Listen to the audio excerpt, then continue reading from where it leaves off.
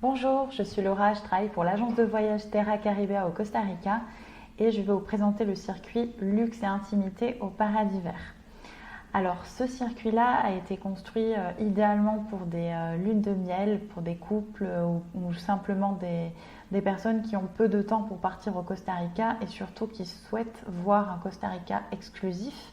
Peut-être pas voir tout ce qu'il y a à voir, mais en tout cas profiter dans chaque étape de par une catégorie de logement haut de gamme, des activités en service privé, vraiment pour avoir un Costa Rica en toute exclusivité, en toute intimité. Donc ce circuit-là se compose de 10 jours seulement. Donc vous avez les étapes juste ici. Vous commencerez par la découverte de l'intérieur du pays, de la vallée centrale, avec notamment le fameux volcan Arenal. Une étape plus au nord, Bagaces, qui est vraiment reculé, mais avec un très bel établissement qui vous offrira des activités en pleine nature. Pour terminer sur une partie balnéaire, Isla Ressuita, avec un hôtel, vous allez le voir, je vais vous présenter un petit peu plus tard, mais un hôtel glamping. Et vous terminerez à Uvita sur le Pacifique Sud avant de repartir où là vous profiterez de très belles plages sauvages où il y a quasiment peu de touristes et avec surtout des hôtels très haut de gamme. Donc vous commencez à San José, vous arrivez souvent en fin de journée, donc vous irez dans un hôtel qui est dans le centre de San José pour le lendemain partir directement avec la prise en main, vous prendrez en main votre véhicule de location et vous partirez en direction du fameux volcan Arenal.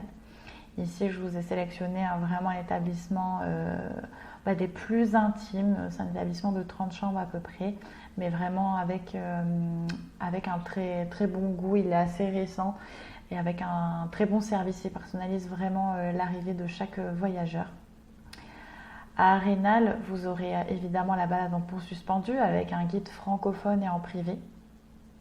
Vous dormirez une deuxième nuit à Arenal pour ensuite aller à l'autre étape au nord du pays que je vous disais qui était un peu plus reculé, moins connu. Et il y a cet établissement-là qui vous promettra une très belle immersion dans la nature, mais plus en mode aventure cette fois-ci. Vous pourrez vous essayer du canyoning, vous pourrez vous essayer à du tubing ou une simple randonnée pour voir les observations d'oiseaux, notamment dans cette région-là. Très bel établissement qui vous offrira vraiment un moment de paix dans votre voyage. Vous avez les cascades Llanos de Cortés qui sont vraiment pas très loin et très intimes, sauf le week-end où tous les locaux y vont. Et donc ensuite, Isla Ressuita, c'est un hôtel sur une île. L'île se comprend uniquement l'hôtel. Et c'est en plus en glamping. Alors je vous laisse aller découvrir le site internet de cet hôtel-là qui est incroyable. Ils ont également leur tour phare, leur tour signature qui est le tour de bioluminescence pour observer ce phénomène de plancton qui capte la lumière la journée et qui sont bioluminescents la nuit. Donc voilà, ici vous pourrez faire du paddle ou du kayak.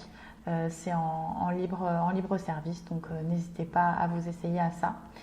Et donc avant de repartir, dernière étape à Uvita, tout au sud, où là vraiment cette étape-là se compose de 7 plages sauvages très intimes. Il y a vraiment très peu de monde entre cascade et mer, si je peux dire.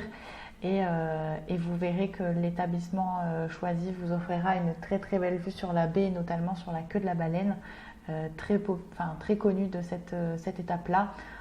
C'est d'ailleurs ici que viennent se reproduire les baleines, donc bon, comme quoi la nature du Costa Rica est quand même bien faite, et la nature en général. Donc voilà, je vous laisse découvrir un petit peu cet itinéraire-là, et puis si jamais je reste disponible de toute façon pour vous en parler plus en détail.